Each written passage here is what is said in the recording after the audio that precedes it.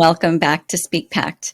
I'm super excited that you are here today with me because the guest that I have in this studio is an OG when it comes to getting your voice out there in a really big and powerful way.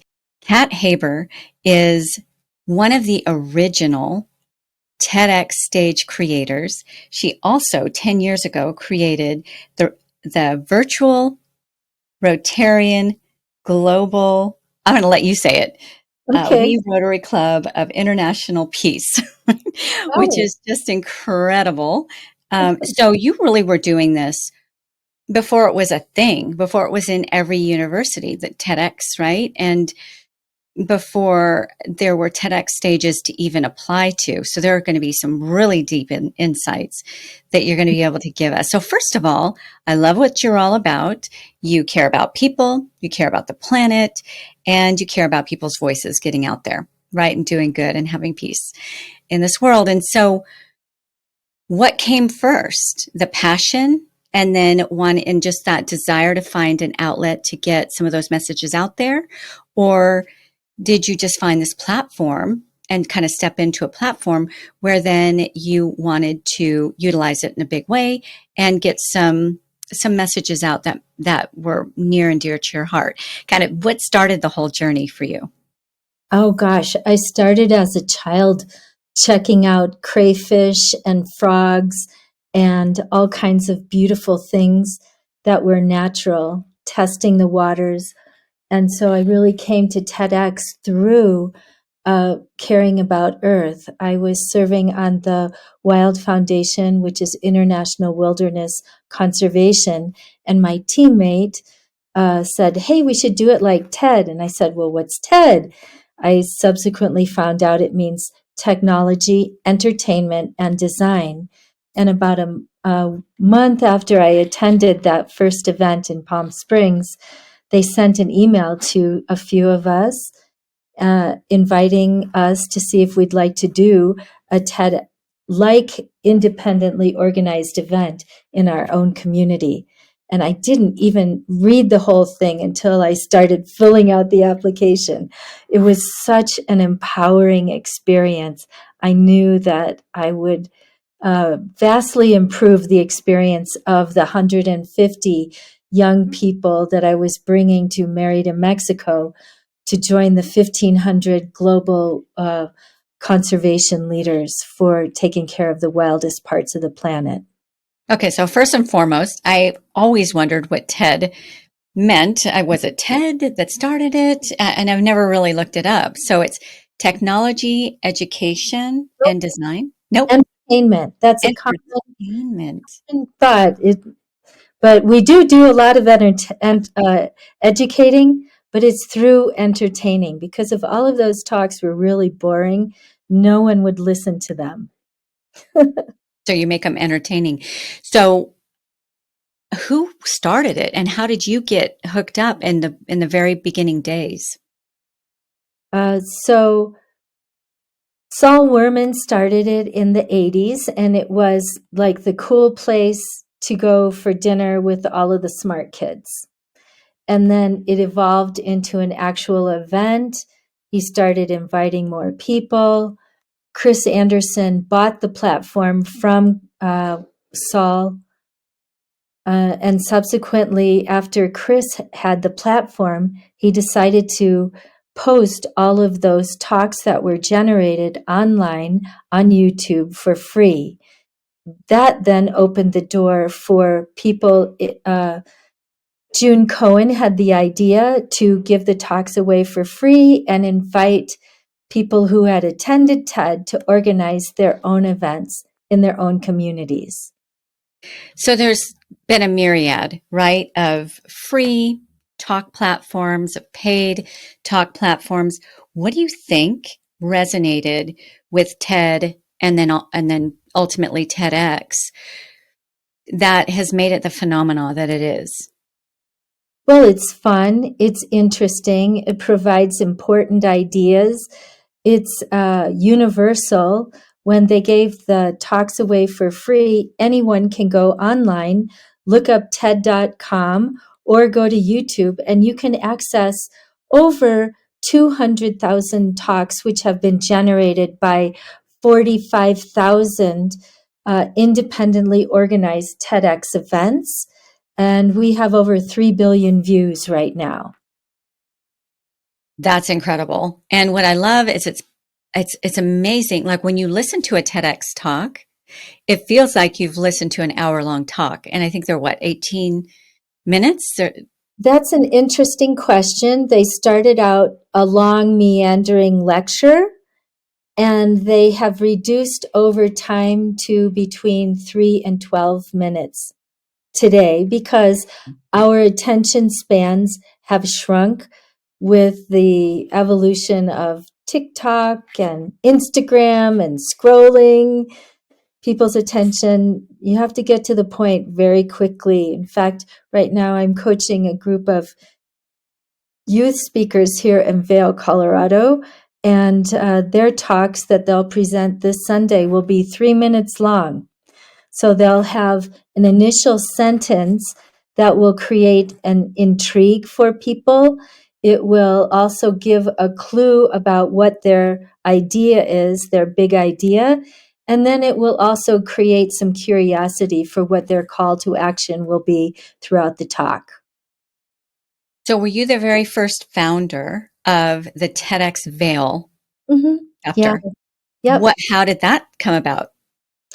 Well, I started organizing in Homer, Alaska in 2009. And then 2010 organized the next month or two in both Vail, Colorado and Homer, Alaska, and did that for 4 years. And then they expected us to choose one community or the other. Mm.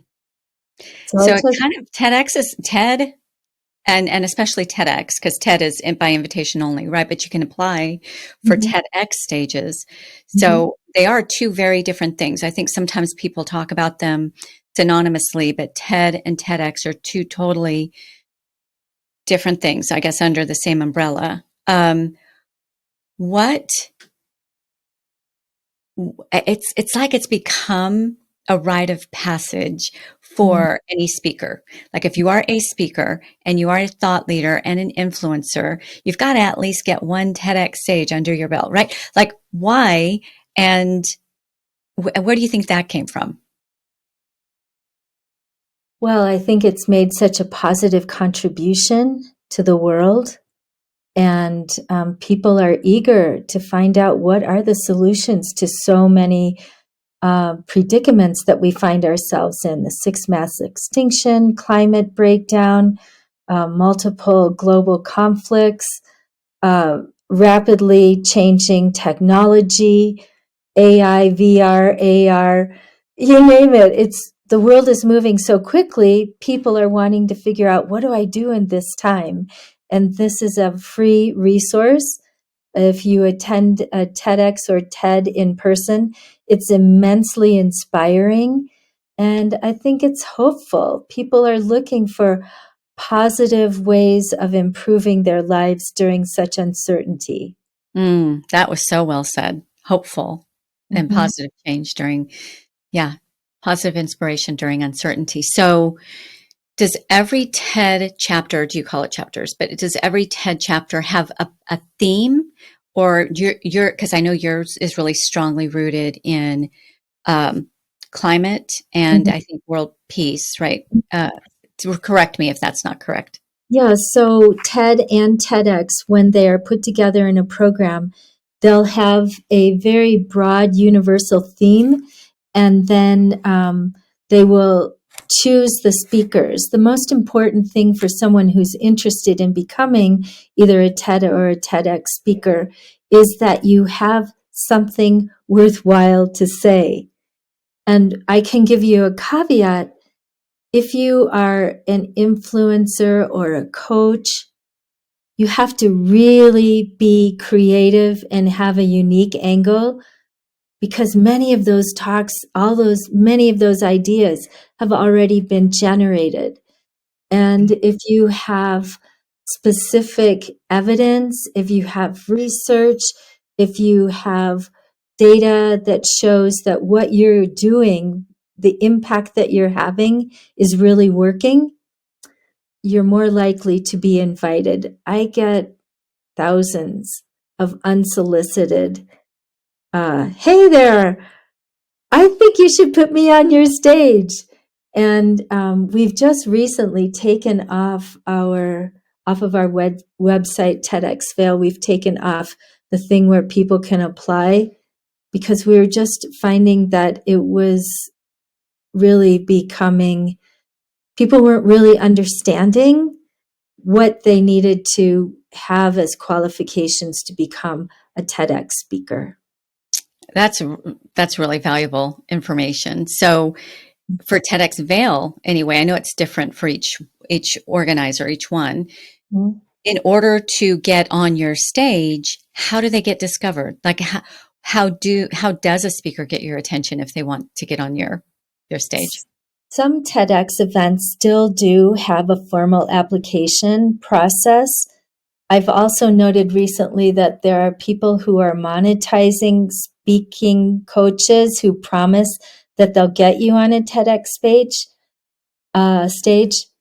I don't know that that is really very accurate. It's up to us, the organizers, to curate the very best ideas. So how do they get Do you on? just comb? Do you just like comb the internet, watch different platforms, and then when somebody piques your attention, you're the one as the organizer, you reach out versus you prefer to reach out than to be pitched. And Am I correct? Mhm. and that's pretty much true for most TEDx organizers. You can imagine we get unsolicited offers daily. That's very eye-opening because I thought it was like most speaking engagements. You let the organizer know what you believe that you can bring to the table for the audience, and you go through the application process, and then you're chosen. But when it comes to TEDx, I know TED for sure. I didn't realize for TEDx, more and more organizers, if I'm understanding you right, are moving towards the model where it's by invitation only. You can't really apply. Yeah, I think that's true. So are most, oh, go ahead. I was going to say there's been a transition of original elder organizers to younger, less experienced organizers, and they may have a solicitation survey or application form in place. We did until recently. And so that might be one way of I've getting it. noticed that even some middle schools and high schools have a TEDx chapter. So it's not all necessary. I know a lot of them are through universities, but TEDx Vail, is that through a university or is that just a regional? No, it's just that we organize it here in the Valley. We do invite outside speakers from about half of our speakers often are from other places that we think the ideas are ripe and need to be relevant to our community. And then we also elevate local. Right now, we're working with local teenagers to help them get their voice out because they're feeling unheard and disassociated from the resolution of education and their community involvement and their social connection to the community. Wow, that's powerful. So in a given year, how many would you call them performances or Mhm. events would you create? Yeah, so right now our cycle seems to be post-COVID, one in-person event of about 500 people, and then we've done anywhere from 4 to 8 events online. Per And year. So yeah, one on location a mhm. year. So that doesn't, how does somebody get your attention? Or you just do your thing and do it well. And then that particular TEDx organizer, if it's their theme, they're going to be combing the news and keeping their eyes and ears open, and they come to you. That's basically what you're saying. That Yeah, what I'm. Yeah, remember I said the most important thing for becoming a TEDx speaker is to have done something worthy, to have an idea that's worth spreading. That's kind of the tagline of what we do. So I am connected to many organizations. I see what's happening in the community. And then I also have a global connection network. And when I see that there's something approaching and someone has a profound solution for it, then often I'll work with them. So some of those ideas have not even really gotten out if I'm dealing with, um, like I was dealing with some speakers who had not yet been known, but I know that their research is credible and should be paid attention to. And then after we have the speaker, we edit that talk and then we put it up for being online. And before it goes online, it's reviewed by TED for efficacy. And if it's a health related talk, it has to be proven that that is in fact the case. There are 4 regions that are very difficult to get TEDx talks in, and those are anything about politics, health, pseudoscience, or religion. So if you're thinking about doing a talk in that area, you'd really want to work closely with the curator to make sure that it's acceptable to TED, because we don't really want to be seen as taking one side or another. We want to be as universal and fair as possible. On a more neutral plane. So, what are some of the other major themes that some of the bigger TEDx organizations have? So, yours is climate and world peace. What are some of the other biggies? Well, so it just so happens that those are my personal interests, but I also produce all kinds of talks that are beyond that. So, and that would be true for every TEDx organizer. They will, they'll choose a theme, like our theme for the youth event this year is rethink. So you can imagine rethink, it's broad and open and general. And that will be the case for TED as well as TEDx events. And then they fill that with speakers who have solutions in those arenas. And it can be anything. It's a long list of about 200 different possibilities. Is there anywhere where TEDx organizers come together and you might have a hope of getting recognized by them, like, I don't know, big conference where you can maybe go and meet meet some TEDx organizers, possibly do a talk there, and the ones who are interested in your subject matter will come and listen. I know that this is a pretty big world, and if TEDx stage is one of your main goals, if that's something you're really interested in, what increases your odds other than being innovated, being innovative and really getting your voice out there and doing good in this world? Hopefully we're all doing that. Like I'm hoping at least this audience is being innovative and doing good in this world and getting their voices out there. Over and above that, if your desire and your one of your dreams is to be able to speak on a TEDx stage, how do we get your attention? So there used to be a time when TEDx organizers would come together. Since COVID, that really has not reemerged. TED Women was held in Atlanta, Georgia for the past year or two, and many TEDx organizers attend that. Most of those speakers are female. That's an area that TED would like to see more speakers be female. At the beginning, it was almost exclusively male. Hmm. So you might have an advantage in that area. Um, You could be an amazing entertainer with a positive impact through a project or a campaign or movement in the world. That's another way. Um, really, it's just being and doing and having something really big and bold and beautiful to share that will make an impact. What's the process once you've kind of identified somebody that you're interested for your stage and you reach out to them? I'm sure there's more of a process that's going to help them get qualified. What's the next step for them?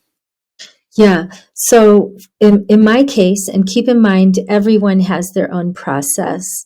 Um, in my case, we'll extend an invitation to them. We'll coach them. So, for example, these youth that I'm referencing, they have already had 5 coaching sessions on audience, story, visuals, impact, and call to action.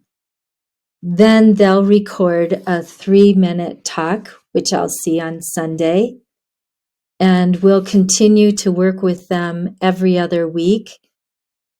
Producing your own TEDx talk is like going through a hero's journey, because you have to inspire the audience to become the hero so that you then can step onto the stage as Yoda, the master, the one who allows the stone to be pulled out, the sword to be pulled out of the stone, so that Arthur can go on and be the hero while Merlin sits back and supports the mastery of the community growing together. Does that make sense? I'm gonna have to soak into that one. I might need to re-listen to that part. It sounds fun. It sounds like a really good movie. But I think I get what you're saying. Basically, you want, this is my interpretation, you want to inspire to the level where you're kind of pulling out the magic in people. Am I anywhere close? Yeah, more than magic, I would say pulling out the deep-rooted wisdom that they're giving to the world.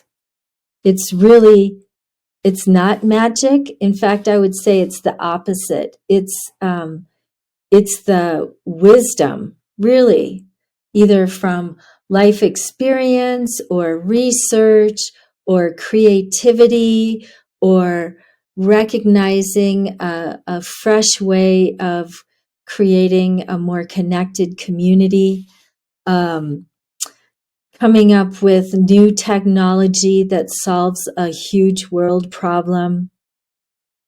Okay. Wow.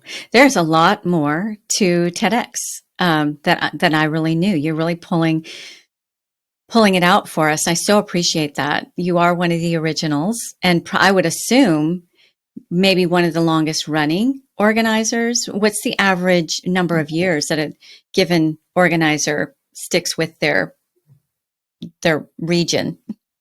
Antoniette, that is such a great question. I'd like to know the answer to that. I've produced over 400 TEDx talks in the 15 years. And I don't know how many of us original organizers there are. It does seem after COVID that there has been some changing of the guard. I continue to meet every Saturday for 2 hours with original TEDx organizers. And of those, I think only 2 of maybe a few dozen are continuing to organize. That's devotion to give 2 hours of every Saturday of your life to something that you believe. I absolutely love that. So is there only one TEDx organization per region, or can there be multiple with just different focuses? Yeah. There can be multiple depending on your community, especially in urban centers and cities. Quite often you'll have all different levels of events. You might have one large city event. Boston probably has a half dozen based on universities. It has a major one that goes for a couple of days. It has youth related ones. So it just depends on the willingness of individuals and organizations to volunteer. None of us are paid, none of the organizers, none of the speakers, no one that contributes to this community stone soup, elevating ideas that are worth listening to and responding with. So it's all, Chris Anderson has just written a book called Infectious Generosity. And we feel that we are all giving as much of our heart and soul as we can to this. That's incredible. Okay, so let's just say someone out there who's listening to us, it really has this desire to give that kind of time and dedication to something that they're not going to get paid for because they want to see TEDx in their community and maybe themed, or just maybe they just really want to do that. What's the process? Where do you apply? How do you get approved to start a TEDx? Sure. So you go to TED.com and then you go to, I think it's participate. And then you scroll down to, let me just pull it up so I can get this exactly right because I want people. One way is to attend your local TEDx if there's one there already. If you attend it, then you kind of make yourself known. So you go to TED.com and then go to participate and then scroll down to organize a local TEDx event. And then what you do is just read through all of the stats there. And there's an application process. And it's helpful to have someone guide you through that process because there are a couple of filters. If they get a sense that you're doing this for self-promotion or you think it's going to help your company or your project, chances are you will not be approved as a TEDx organizer. So you want to really have a very generous heart and show that you're doing this for the goodness of the community. So as far as how to get into TEDx, first thing I would say is do something great in the world. Number 2, attend your local TEDx if there is one. Number 3, if there isn't a local TEDx, consider starting one in your region and be guided by someone who you are in contact with. And the way you can find that out is, again, go to TED.com and you want to go to attend. And then when you go to attend, let me just pull myself out of here. When you go to attend, you go to conferences, or rather to TEDx events. And this is how you can find local existing TEDx events. Europe has the highest concentration, Europe and India, Oh, wow. and then the East Coast of America. And in all countries, in all continents and in most countries, you can find a locally and independently organized TEDx event. Russia and China does have some. Russia has a few. But other than that, most other countries, with the exception of maybe some parts of Africa, looks like most of Latin America has it. So what you do is you go to attend, and then in the search bar, you put your local community or where you're headed to, and then you can search that way and you'll see if there's a past event there, if there's a current event that's possible to attend, or if there's a future event. And does each organizer choose how many events they do a year, or is there sort of a requirement of how many events you would promote a year? No requirement. Keep in mind, this is all out of the goodness and generosity of our heart. So they don't have a requirement on that, but they do have very strict rules. And it's long and complicated. And if you're a former event organizer, as you are, you would find very clear limitations and expectations. Gotcha. So out of, let's say, 10 people, just you may have these stats and you may not, who apply to have their own, do you call it a chapter, have their own TEDx Just, organization? just TEDx. Hmm. How many out of 10 do you feel like actually make it I really don't know through? the answer to that. Yeah. It's such a Herculean task just to produce our own community events. In the past, before COVID, we did either attend TED Active, which was a simulcast of TED. All of us would attend in either Palm Springs or Banff. And then after that, we had TED Fest, TEDx Fest, where about 1,000 TEDx organizers from around the world would come together and share ideas, up level our skill sets, have workshops, do social spaces. Um, since then, we've been doing regional workshops. So it sounds to me like as long as you're following their rules, there's not a set number of like discretionary hours you should have available to yourself for a given, for, you know, on average for a week or a month to be an organizer, right? Or would you, or do you have some recommendations? If you're going to take on this kind of commitment, you should at least have this number of discretionary hours available to you. It's a big commitment. Let me just say that. So I don't know if your readers are familiar with what it takes to put on an in-person event, but it takes partner dollars. It takes curating the speakers, coaching the speakers, doing marketing, arranging the venue, designing social spaces, creating the content, filming, all of the technology, the sound, the editing, the uploading, the agreements, the contracts, the releases. Oh my It, goodness. yeah, Okay, so now I'm kind of seeing the picture of why a lot of these are based out of universities, right? Because they already have the venue. A lot of times they already have the sound equipment. Hopefully they have students who can kind of run some of those things.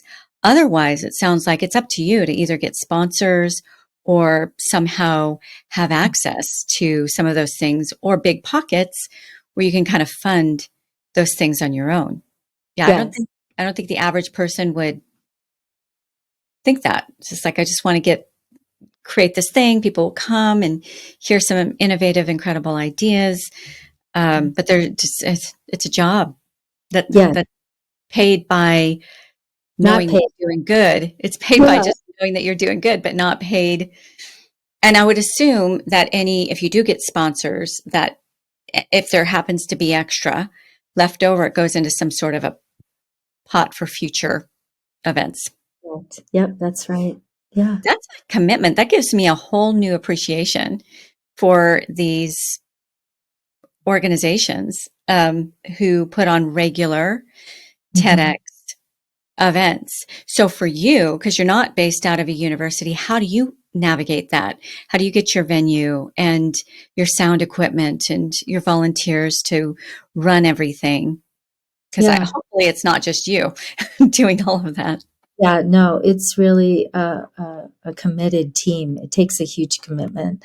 We have used several different venues in the Valley. We've used the Villar Performing Arts Center, which hosts about 500 people at Beaver Creek, beautiful wooden venue. We've been at the Ford Amphitheater, which is an outdoor venue. which hosts 1,500 people.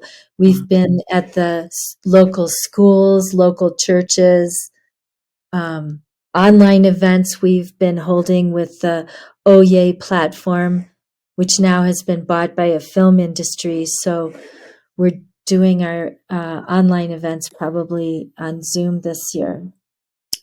So all of these different venues, were they donated to you, or did some sponsor pay for them? How did that work for you? They were donated, mostly donated, and we also fundraised. What were some of And the things you did to fundraise? oh my gosh, personal relationships, organizations, similar uh, interests. Yeah. That's Mhm. amazing to know that how many years you've been doing this, and it's really all on the organizer's back to make sure all of those moving parts are covered with no budget, no real budget outside of the goodness of people's opening up their pocketbooks Yeah. or their resources, whatever it might be. Yeah. Yeah. And we start over every event. So, Really, you start from scratch every new event, new venue, new sponsors, new tech yeah. team. Wow, Yeah. that's And we're incredible. tiny. We're a little town of like 11,000 people here in Vail. So, yeah. And you said you get an average about 500 people that come It, to your yeah. yearly. Yeah. Hmm. Wow, that's a feat. That's amazing. What explain to people that don't really understand, what are social spaces? What do you mean by that? Yeah. So an idea might be, so for example, one year, uh, one of our speakers had been nearly crushed in a car accident from someone texting while driving. Her idea was to create a text-free zone in cars. So the local police station brought over a crushed car and generated conversations with young drivers about the dangers of texting and driving. So that physical crushed car was a social space that amplified the idea and the call to action by the speaker. She, of course, had an interest in that because she herself was almost killed from that experience. So instead of just being a victim from that, she took that experience and created um, a talk that now influences young drivers. And then that idea was made more experiential in the social space of the police actually bringing a car that was crushed as a result of a girl driving while texting. So when you say that's incredible, I love this. When you say social space, it's not like an actual place. It's more like a community of people who come together for a common good. What, like tangibly, how does that look and feel? So at TED, in between the sessions, they'll have these places that are called social spaces. It might be art, it might be an innovation, it might be a project, it might be a campaign, it might be of movement. So, for example, one year it was 23andMe when that was just coming out. It was taking facial recognition when that was just being developed. Uh, so depending on what capacity your community has, many of our programs in the social spaces, we usually have around 15 to 20 experiences that people can have in between our two sessions of speakers and performers and entertainers. Uh, During that hour in the middle is where people will visit all of these social spaces. It might be free food. It might be something about a big campaign that's happening in the community. It just varies. And then But social people, spaces is part of what distinguishes just a lecture or a festival ideas. It's really a way of creating community and fascination and fun. so I'm envisioning it's a coming together of people who Mhm. have a common desire to see something, some change or innovation happening in an area. Mhm. And if they come together each month or once a year, or is it just kind of vary? Generally speaking, it's once a year because you can see that it's such a big job to do. And it means assembling a team. It means refined communications. It means learning how to hold people accountable, fluffing up their responsibility, all of that. So for most communities, it's a once a year event. Okay. So for you, you have one major on location event a year, multiple virtual Mhm. events a year. Do Mhm. you do a social space for TEDx Yeah. Vail? Mm. Yeah, we have social spaces. Even on the online ones, we generate conversations. And then there's also the piece about swag, which is kind of a goodie bag. And at TED, that is often brand new technology, cool tools, interesting new materials. Um, yeah, so there's that Wow. as This is really, really fascinating. There's just so much more to TEDx than watching a YouTube video. well. So Right. that's really, really incredible. I love it. And so for your virtual events, do you get more people, the No, same, or fewer? Fewer. fewer. It's a much more intimate experience. Hmm. It's And each one of it has its own theme. And you, yeah, mhm. yeah. So we did pause countdown. Uh, let's see, pause countdown. COVID clues, climate acts, local impacts. We had 1,000 youth activists, experts, local leaders, Nobel Peace Prize winners, NGOs, over a series of 28 conversations online, Wednesdays at noon and Sundays for dinner. And we engaged in conversations about what was happening with them, their communities, their worlds, their solutions, so that we could get a sense of how COVID was impacting. Um, right after this, I'll attend a TEDx that's online, and they'll show just 3 pre recorded TED Talks, and pretty much the same couple dozen people will show up. So it just ranges. It's a very large range. So do most of these TEDx speakers get their kind of TEDx film from doing the once a year or however much that organizer does on Mhm. location? Or do some people actually create their TEDx talk just for virtual and then that becomes their TEDx talk? That was an innovation that happened during COVID. I continue to use that innovation about a speaker recording and editing their own talk for our virtual events. But for our in person events, we do have real people standing on a stage and actually delivering a talk. This has been so much fun, Kat. You and I have known each other for, I think, over 4 years, somewhere Yeah. in that neighborhood. And Mhm. I have learned so much in this, 43 minutes. Um, I thought I knew what you were all about. So this has been really a lot of fun. And I also thought I knew a pretty good amount about TEDx, but you have very much educated me. And I think that obviously comes from the amount of history that you have with this organization, the amount of yourself that you've given to this organization. And I know that it came from a heart of not necessarily giving to TEDx, but giving to the world at large through this platform, right? Through this conduit. So in that light, I would love for people to know a little bit more about you beyond TEDx. I know that you do some really fascinating work.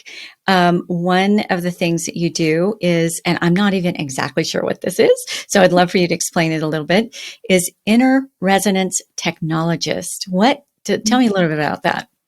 Yeah, it's to me, it's the most empowering thing that I do. Yes, I create a platform for people to get their ideas out there. It's kind of like the 21st century calling card.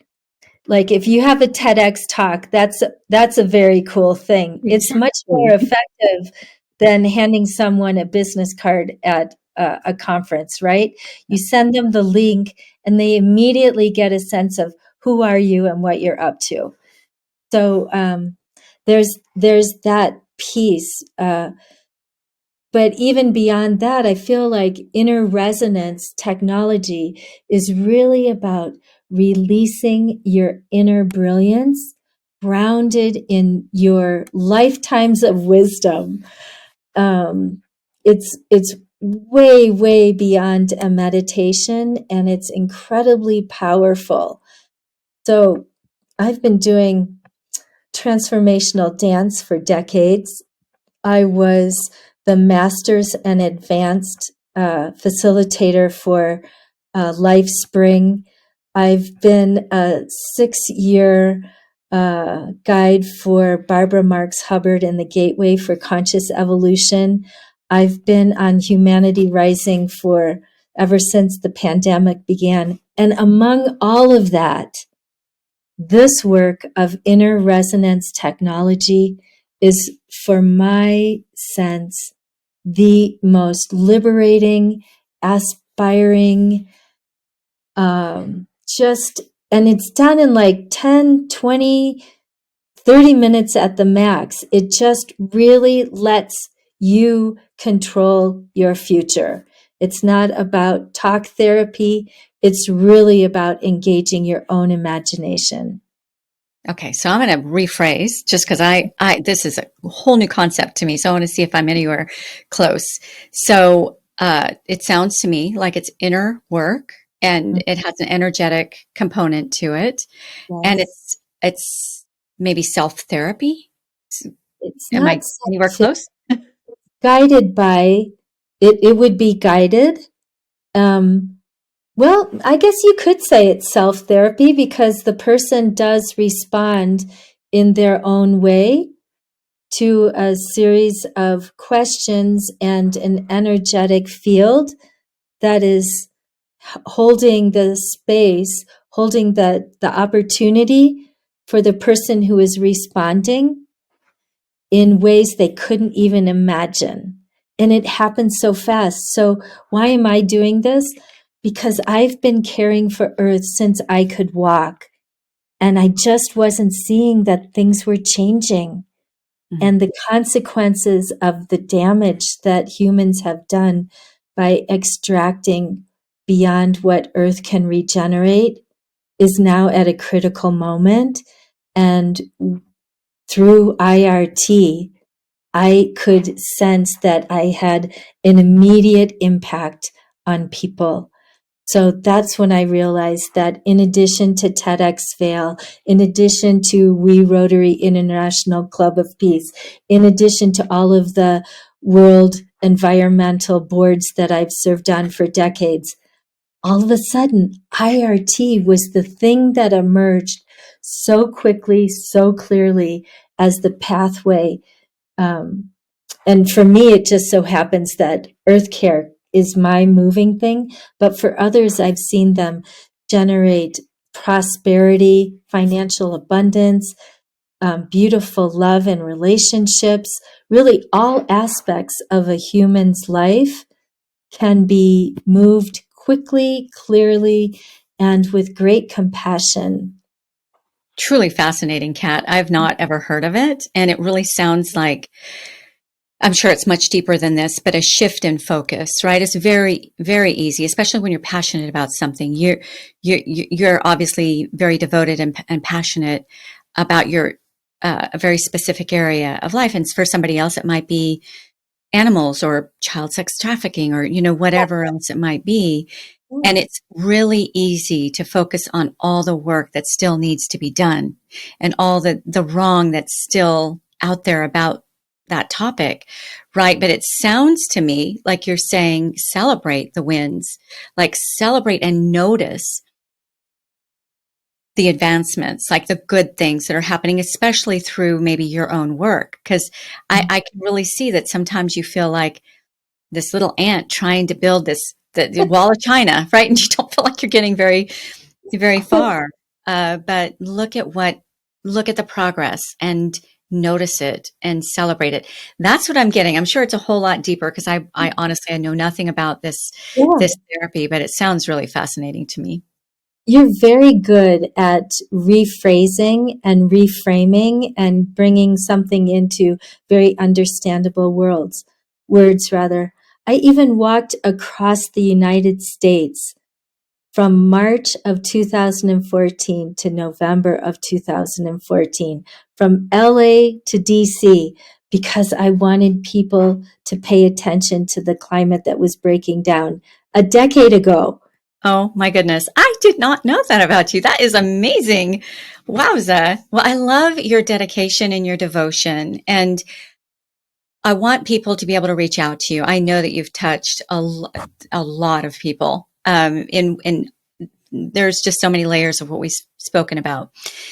Let everybody know what to contact you for and what to not contact you for so that you're not getting, a bunch of contact that maybe is not appropriate. But I do want to ask you this one thing. So let's say somebody does want to organize their own TEDx Yeah.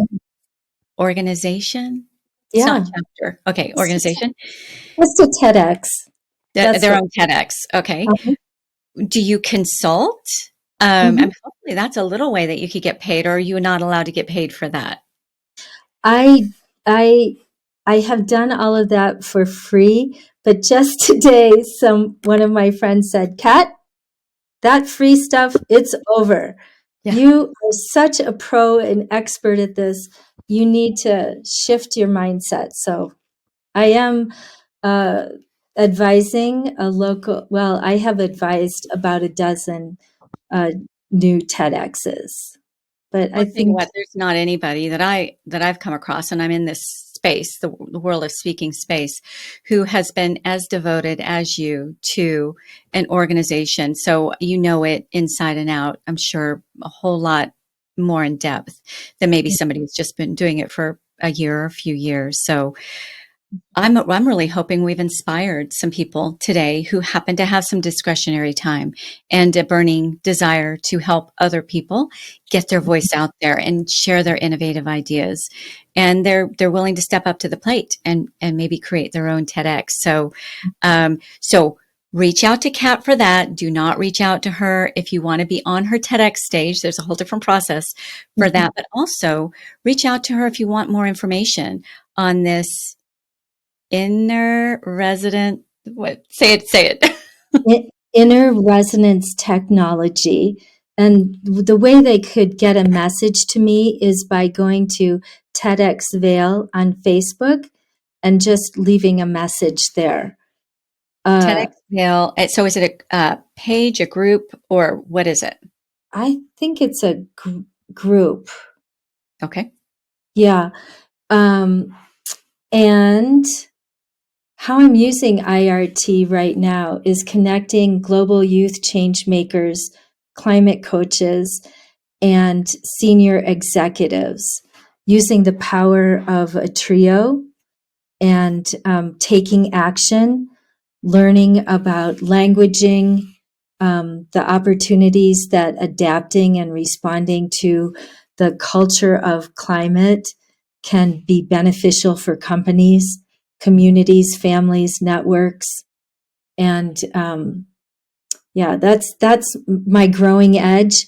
Very excited about that program this summer, and it will be free to climate coaches and global youth change makers. And we're currently developing an application for senior executives who want to take that training and become certified as a climate coach themselves. Okay. We'll make sure to put your links down in the show notes because I know there are going to be people who will absolutely want to reach out to you. So before we wrap up, I'm going to ask you the SpeakPact question. And obviously, we're all here because we know that we have a message worth sharing that is transformative and offers solutions to people who are looking for them, right? So, SPEAKPact is a pact to impact. What would you like to leave my audience with? What mandate or challenge or pact would you like to leave this audience? Gosh, oh, that's really an interesting challenge to limit it to just one, Antoniette. Well, let me speak to your audience who are probably speakers or coaches or event producers. I would guess that's who most of them are. Mm-hmm. Yep. And most of them are high achieving ones. They're credentialed or they've been in their area of expertise for many years. Mm-hmm. And now it's time to maybe step out of the day to day and get that solution spread to a global level. I would say that being generous with your time and your authentic being is one way that you can step up your impact on the planet. Whatever it is that you find is not quite right, because you can see it, chances are you can also solve it. Ooh. Okay. So be generous. This is Kat's challenge for you. Let's be generous. Yeah. Let's be authentic. And if you see it, you can, what did you say? Change it? Chances are you can solve it. You can solve it. If you see it, chances are you can solve it. Ooh, that's a great way to end the show. You have been amazing. I hope I get to have you back at some point, Kat. Thank you so much for your time and for sharing all of this depth of wisdom that you have. You're so welcome, Antoniette. All these years that we've been leapers together, this is the most engaged that we've been. So thank you for your attention and listening. Oh, it's been so much fun. All right. Ciao, ciao for now. Bye-bye, honey.